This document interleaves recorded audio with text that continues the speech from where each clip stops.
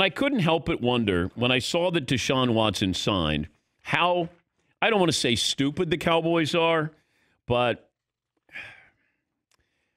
I'm trying to find the right word to say, I don't think they approach this the right way with Dak Prescott.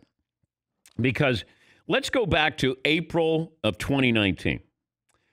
Dak Prescott and the Cowboys should have been on the verge of getting a deal done. Now, keep in mind at the time, Aaron Rodgers, $33.5 million, Matt Ryan, $30, Kirk D. Cousins at $28 million, Jimmy Garoppolo at $27.5. Now, maybe you could have put him in there in the middle between Rodgers and Matt Ryan. So maybe $34, $35 million per season. Fast forward to 17 months later, you have 7 quarterbacks who have signed deals for $32 million or more on average. Mahomes and Watson, obviously, $45 and $39 million. So you're going to ask Dak Prescott to take a hometown discount? How are you going to get him a long-term deal here? And granted, maybe you don't look at Dak Prescott. He's certainly not Mahomes, and probably not Deshaun Watson either. But, the salary cap's going to go down in 2021. It could go down considerably. Now you're going to try to get him signed up for what? How much? How long? By waiting, they're going to cost themselves considerably more money.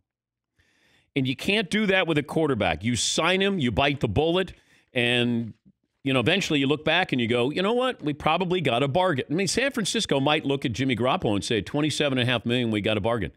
I mean, Jared Goff's making $33.5 million. Timing is everything when it comes to your quarterback. The Chiefs will get a bargain on Patrick Mahomes. Pay him, move on.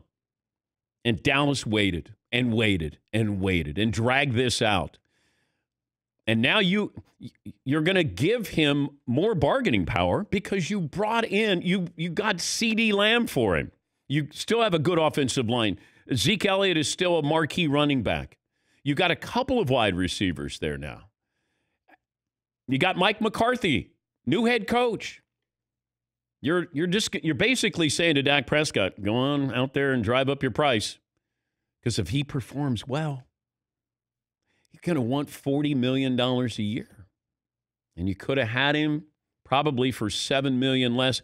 And if you start to extrapolate, you probably cost yourself over $30 million by waiting.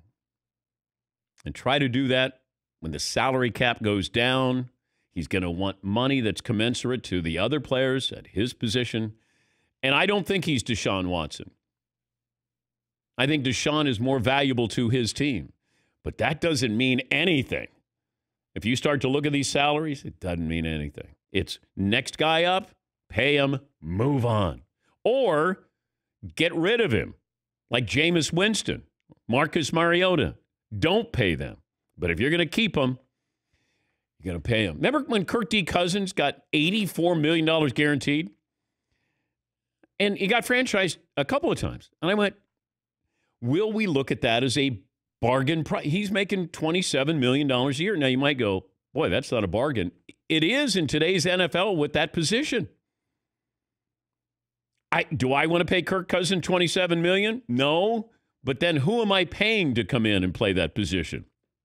Do I want to pay Jared Goff $33.5 million? No. There's only a couple of guys that I look at and I go, okay, that guy is. How many of these quarterbacks are worth the money you pay them? I mean, it's starting to become almost like NBA salaries where you go, wait, John Wall makes $42 million a year. You either pay him a max or you find somebody else. I mean, that's really what it has to be. But what Dallas did, and Jerry Jones is obviously a great businessman. I don't understand the logic on this one. And maybe there is no logic on this.